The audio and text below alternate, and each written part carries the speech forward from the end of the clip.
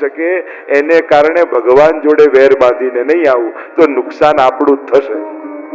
કારણ કે ધામમાં જઈને ભાવ વધવાની જગ્યાએ વેર બાંધીને આવ્યા, વ્યવહાર વધારવાની જગ્યાએ ભગવાન જોડે જ વ્યવહાર તોડીને આવ્યા. એટલે નાથદ્વારા જાઓ, વ્રજમાં જાઓ, ચંપા, કોઈ પણ તીર્થમાં જાઓ, ક્યાંક માણસોની અવ્યવસ્થા ઊભી દેખાય તો ભગવાનને કાંઈક સાચું ખોટું એના માટે બોલવું નહીં. કારણ કે એ જવાબદારી ભગવાનની નથી, સાચવનારા સેવકોની છે. કારણ કે તકલીફ બધાને એ છે, બધાને ભગવાનના અને મંદિરના માલિક બનવામાં રસ છે, ભગવાનનો દાસ બનવામાં રસ નથી. કારણ કે બધાનો ઇન્ટરેસ્ટ ક્યાં હોય કે હું અહીંયા ટ્રસ્ટી છે, હું આનો માલિક બની જાઉં. મંદિરના માલિક બધાને બનવું છે, ભગવાનના દાસ બનવામાં રસ ઓછો હોય. એટલે ચેતવાનું એ છે કે અલૌકિક નિમિત્તે ક્યાંય જઈએ તો લૌકિક વિચાર અને લૌકિક વ્યવહારની અપેક્ષા મૂકીને જઈએ, નહીં તો એમાં બગાડ આપણા મનનો જ થાય અને તમારું મન બગડશે તો નુકસાન તમને જ થશે. પછી જ્યારે પણ તમને જતીપુરા યાદ આવશે તો ગિરિરાજજી યાદ નહીં આવે, પેલો ઝઘડો યાદ આવશે. હવે આ આપણે કરવાનું છે, બગાડ તો આપણું જ થયું ને. યા વ્યવસ્થાનો ભાગ બનો, યા પછી દ્રષ્ટા બનો. યા તમે કહો લાવ હું જવાબદારી લઈને સુધારી દઉં તો થાય, અને જો કરવું નથી ને કરી શકતાય નથી તો પછી કમથી કમ ભગવાન પ્રત્યે મન ન બગાડો. કારણ કે એમાં અહિત અને અકલ્યાણ આપણું થઈ જશે. એટલે આ વિવેક બધાએ થોડીક મેચ્યોરિટી, ધર્મસ્થાનોમાં જવાની, ધાર્મિક કાર્યોમાં જવાની, ક્યારે જે નિયમો બનાવ્યા છે, જે વ્યવસ્થાઓ બનાવવાની છે, એને તોડવાનો ક્યારે પ્રયાસ ન કરો. અને તમે એક દિવસ જઈને એ વ્યવસ્થાઓ બગાડીને આવો અને સંસ્થાવાળાને કાયમ ભોગવવું પડે. તમે એમ થાય કે હું કંઈક વિશેષ લાભ લ્યો એના માટે તમે વ્યવસ્થા બગાડો તો કાયમ માટે અવ્યવસ્થા ઊભી થઈ જાય. એટલે બને જ્યાં જેનો જે નિયમ છે ત્યાં તો મને જારી ભરવા દીધી, અહીંયા કે ત્યાંની એ વ્યવસ્થા છે, અહીંયાની આ છે. એ વ્યવસ્થાને રિસ્પેક્ટ કરો. આપણી સુવિધા સાથે વ્યવસ્થા સારી ખરાબ એ રીતે ન જુઓ કે તમને જ્યાં ફેસિલિટી વ્યવસ્થા સારી, જ્યાં પ્રસ કડક ત્યાં ખરાબ, એવું નહીં. જ્યાંની જે મર્યાદા છે એને રિસ્પેક્ટ આપો. ના, અમારે કારણે કોઈ ચેન્જીસ કરતા નહીં. જે તમારી વ્યવસ્થા છે અમારાથી થશે તો નિભાવીશું, નહીં થાય તો દૂરથી દંડવત કરીશું, પણ અમારે કારણે અમે વ્યવસ્થા બગાડીશું નહીં. થોડીક મેચ્યોરિટી સમાજમાં આવે ને તો આપણા ધર્મસ્થાનો વધારે વ્યવસ્થિત રીતે ચાલી શકે. પણ જ્યારે આપણે મેચ્યોરિટી નથી રાખતા અને આપણે તોડવા અને બગાડવા માટે લાગી જઈએ છીએ અને કમથી કમ માણસોની અવ્યવસ્થાને કારણે ભગવાન માટે જેમ તેમ બોલવા લાગીએ છીએ તો ક્યાંક આપણે અપરાધ કરીએ. આમાં ભગવાનનો કોઈ રોલ નથી. બહારની વ્યવસ્થા એ બધી માણસની જવાબદારી છે, એની જવાબદારીની વ્યવસ્થા એણે સુધારવાનું છે, એમાં પ્રભુને બ્લેમ ન કરાય. એ જ રીતે કોઈ ધર્મ પાળે છે, જે વધારે ચુસ્ત રહી, વધારે ઊંડા ઉતરી, વધારે નિષ્ઠાથી ધર્મ કરવા ઈચ્છે છે, એને તમારી લૌકિક ખુશી માટે ક્યારે પણ એના નિયમો તોડાવો નહીં. કોઈ એમ નિયમ લીધો કે ના હું ઠાકોરજીને ધરીને જ લઈશ, કેટલું અઘરું છે, સહેલું છે? તો તમે કરીને બતાવજો સહેલું હોય તો. એનાથી બહુ મોટા થઈ જાય ના. આ એક નિયમ છે કે અસમર્પિત વસ્તુ નામ તસ્માદ વર્જનમાં છે. પ્રભુને ન ધર્યું એ ન લેવું. કેટલું આપણે નથી પાળી શકતા, પણ જે પાળે છે એને વ્યવસ્થા તો કરી આપી શકીએ. પણ ના, બીજે ભલે ના લો, અમારા લગ્નમાં તો જમવું જ પડે. પણ એવા કયા લગ્ન છે તારા ભાઈ? અને એમાં તને કઈ મજા આવી જવાની છે? કોઈનો નિયમ તોડાવીને આપણને કઈ ખુશી મળી જવાની? ઉલટાનો એમ નથી લાગતું કે આપણે એમને રિસ્પેક્ટ આપવું છે કે ના અમારી માટે તમારો નિયમ ના તોડતા હો, તમે જે નિયમ પાડો છો અમે એનો, તમે કહો તો ફ્રૂટ લાવી આપીએ, તમે કહો તો હવેલીથી પાતળ લાવી આપીએ, તમે કોઈ રીતે બનાવી દઈએ, પણ અમારા માટે તમે તમારા નિયમ ન તોડતા, અમે તમને વ્યવસ્થા આપીશું. આપણા વૈષ્ણવ ધર્મની સૌથી મોટી તકલીફ એ છે કે જે વધારે ઊંડો ઉતરીને નિયમપૂર્વક કરવા જાય છે, કાં તો લોકો એની મજાક ઉડાવે છે અને કાં એને કેમે કરીને તોડાવવાના મહેનતો કરવામાં આવે છે, પ્રયાસો કરવામાં આવે છે. હવે આઈડિયલો જ સમાજમાં ખતમ કરી નાખશો તો તમારું બાળક પૂછશે કે સાચા અને પાકા વૈષ્ણવ કેવા હોય, તો કોની સામે આંગળી ચીધીને કહેશો કે બેટા વૈષ્ણવ આવા હોય? કારણ કે આપણે એને વૈષ્ણવ ધર્મ જીવવા જ નથી, ઉલટાની નિંદા કરે. બીજા ધર્મોમાં જો કોઈ વ્રત કરે, અટાઈ કરે, આ એના વરઘોડા કાઢે કે આને આટલા ઉપવાસ કર્યા, કેટલું રિસ્પેક્ટ સમાજમાં એમને આપવામાં આવે. આણે નિયમ પાળ્યો, આણે વ્રત પાળ્યું, આણે ટેક પાળ્યું, એને લોકો આદર આપે ને આપણે આ બધા મરજાદીઓ ક્યાંયનું નહીં લે, જોજે ને હમણાં ના પાડશે. આટલા રિસ્પેક્ટેડ પર્સન કે જે આવો નિયમ મહાપ્રભુજીનો પાળતો હોય એનો આદર આપવો જોઈએ કે મજાક કરવી જોઈએ? અરે જે સમાજ એમના ચુસ્ત વૈષ્ણવની મજાક ઉડાડતો થઈ જાય એ સમાજમાં આવા વૈષ્ણવ ક્યાં પેદા થવાના? અરે પગે લાગજો તમારા દાદા દાદી વડીલ મરજાદીઓને કે જેણે પોતાના સુખોના ભોગ આપીને પણ આવું તપ અને વ્રત ટેક રાખી છે સમાજમાં. એ આદરણીય લોકો છે. બધે કોમ્પ્રોમાઇઝ કરી લેવું બહુ સહેલું છે, પણ ભગવાનના નામે સુખોનો ત્યાગ કરવો એ તપસ્વીનું કામ છે. અને પાછા આપણે એમ એ જેમ કે ના હું ડાયટ કરું છું ને આ ડાયટ તો પાછું રિસ્પેક્ટ, ના ના તમારું ડાયટિંગ તો બહુ સારું. અને કદાચ યોગાનું નામ આપે કે હું યોગા કરું છું ને આ કરું, પાછા એમ બોલે ઇંગ્લિશમાં તો આપણે વધારે યોગ કે તો ગામડા જેવા લાગે, યોગા કે તો પાછા બહુ લેટેસ્ટ લાગે. હવે ઇંગ્લિશમાં એ પાછળ લખાય એનાથી યોગ યોગા નથી થઈ જતું, રામ રામા નથી થઈ જતું, કૃષ્ણ કૃષ્ણા નથી થઈ જતું. કૃષ્ણાનો અર્થ જુદો થાય, એના વ્યાકરણના રૂપ જુદા ચાલે. તો યોગ એનો પણ હું પુષ્ટિ માર્ગીય વૈષ્ણવને હું ધરેલું જ લઉં. આ બધા ઓર્થોડોક્સ લોકો તરત આપણું આખું કેવું ધારણા બદલી નાખીએ છીએ. આવી મેચ્યોરિટી આપણી સમાજની. અને જો આવા સ્તરથી આપણો સમાજ આગળ જશે તો ક્યાં સુધી પહોંચી શકીશું? આદર્શો વૈષ્ણવ ક્યાં રહેશે આપણા સમાજમાં? અને જો એ ખતમ થઈ ગયા તો આવતી પેઢીને પ્રેરણા કેમ મળશે? એટલે જે આપણાથી અધિક કરે છે એને આદર આપો, એને રિસ્પેક્ટ આપો, એની વ્યવસ્થાઓ કરો. ગામે ગામ પ્રસાદ લઈ શકાય વ્યવસ્થા ઉભી કરો. અમે લોકો પણ એમ કહીએ બહારનું ના લો, આનું ના, પણ ગામે ગામ પ્રસાદ મળે એવી વ્યવસ્થા છે તો કમથી કમ એ તો ઉભી કરો. તો મૂળ વાત એ છે વ્યવસ્થાઓ સમાજમાં થાય, ધર્મ પાળવો સહેલો બને એવું વૈષ્ણવ સમાજે ઊભું કરવું જોઈએ. ધર્મ જીવવો સહેલો કરવો જોઈએ. આજે જે વધારે ચુસ્ત એને કોઈ સગાઓ પાસે જતા શરમ લાગે છે કે હું ફલાણાના ઘરે જઈશ અને જો હું ના પાડીશ ને કે દરિયા વગરનું નથી લેતો તો એ રિસાઈ જશે, એને ખોટું લાગશે, સંબંધ નહીં રાખે, બીજે બધે નિંદા કરે. વિચાર કરો, એક વ્યક્તિને ભગવાનના થઈને જીવવું છે એનું જીવન આપણે કેટલું અઘરું કરી નાખ્યું છે કે જે વાતનું ગૌરવ થવું જોઈએ એ વાતની એને શરમ આવે છે કે હું કહીશ ને તો લોકો મને શરમમાં નાખશે, મને મારી નિંદા કરશે. તો વિચાર કરો, જે સમાજમાં આવા સંજોગો આપણે બનાવી દીધા હોય એ સમાજનું ભવિષ્ય શું બની જશે? એટલે બધાને હાથ જોડીને કહું છું, થોડીક મેચ્યોરિટી રાખો. તમે નથી કરી શકતા, કોઈ દોષ નથી, તમારા આપણે આપણી વ્યવસ્થા છે, પણ જે કરે છે એની કમથી કમ નિંદા તો ના જ કરતા.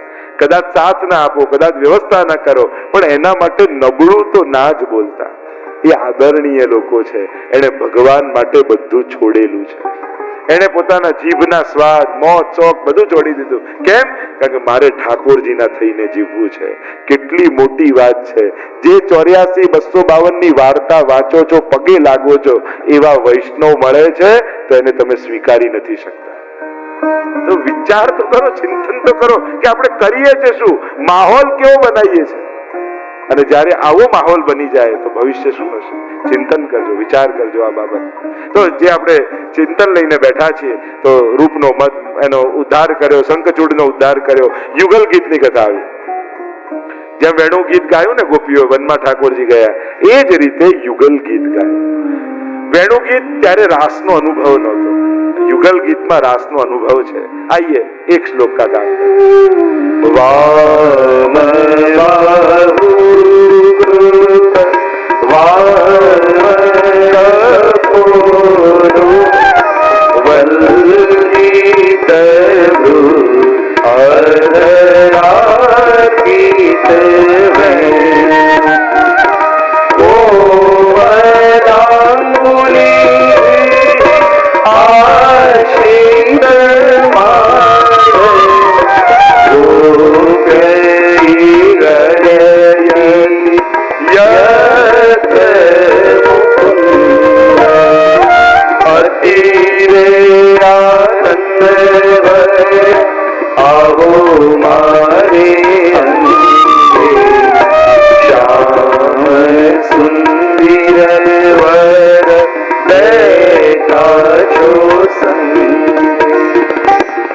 કરું જોયા વિના પાણી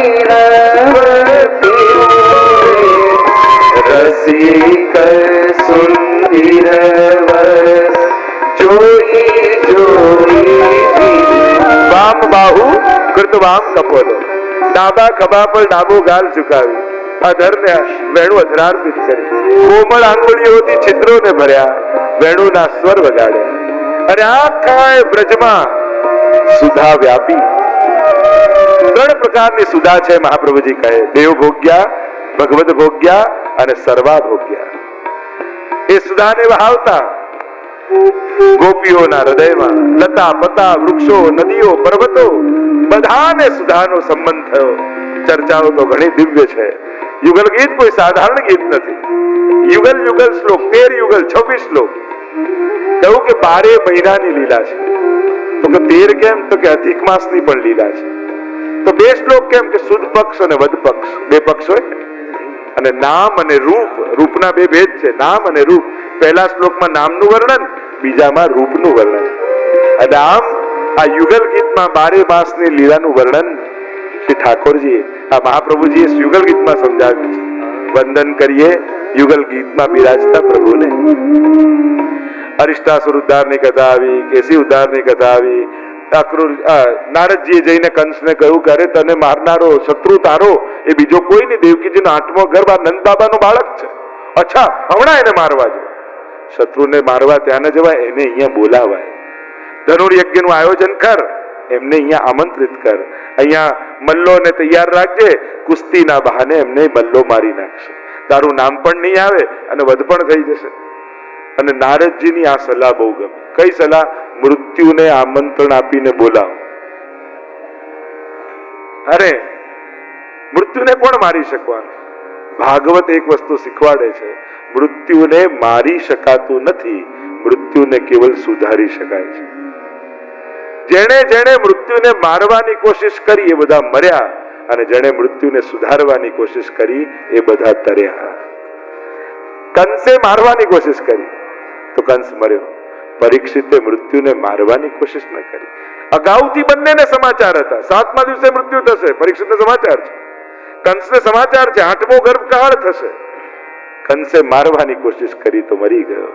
પરીક્ષિતે મૃત્યુને મારવાનો પ્રયાસ ન કર્યો, સુધારવાનો પ્રયાસ કર્યો તો તરી ગયા છે. અહીંયા થયું કે કોણ લેવા જાય, એને પસંદગી ઉતરી અક્રૂરજી પર. અને અક્રૂરજીને તો આખી રાતની ઊંઘ જતી રહી. અરે મારા કયા એવા પુણ્યો હશે કે પ્રભુને પધરાવવાની સેવા મળી. જો જ્યારે પણ આયોજન હોય ને તમને કોઈ સેવા મળે ને તો સેવાને પણ જોખવા ન બેસતા. આને તો ભીતરની સેવા, અમને તો બહારની સેવા, આને તો સ્ટેજની સેવા, અમને તો વ્યવસ્થાની સેવા. સેવાને આગળની, પાછળની, અંદરની, બહારની, નાની મોટી આવા વિશેષણો જોડી સેવા શબ્દનું અપમાન ક્યારે ના કરતા. સેવા એ સેવા જ છે. સેવા શબ્દ પોતાનામાં પૂર્ણ છે, એને કોઈ વિશેષણની જરૂર નથી. તમે કેટલા પણ ભગવાનની નજીક ઉભા રહ્યા, પણ કોણ જાણે ભગવાન પાછળથી આવીને કૃપા કરવાની શરૂઆત કરે. આપણને ભગવાન પાસે આગળ જતા આવડે છે, પણ ભગવાનની નિકટ જતા નથી આવડતું. 4ને ધક્કા મારી આગળ આવી શકાય, પણ ભગવાનથી કેટલા દૂર થઈ ગયા એ તો આપણને ખબર ન પડી, કારણ કે કેટલાને જ મારી દીધું આપણે. એટલે આગળ આવવાની કળા ન શીખતા, નિકટ પહોંચવાની કળા શીખજો કે પ્રભુની નિકટતા કેમ મેળવાય. આ જો આવડી ગયું તો છેલ્લા ઉભા રહેશો ને તો પહેલા નજર ઠાકોરજીની તમારા પર પડશે. એટલે ક્યાં ઉભા છો એ ન જોતા, સેવામાં ઉભા છો.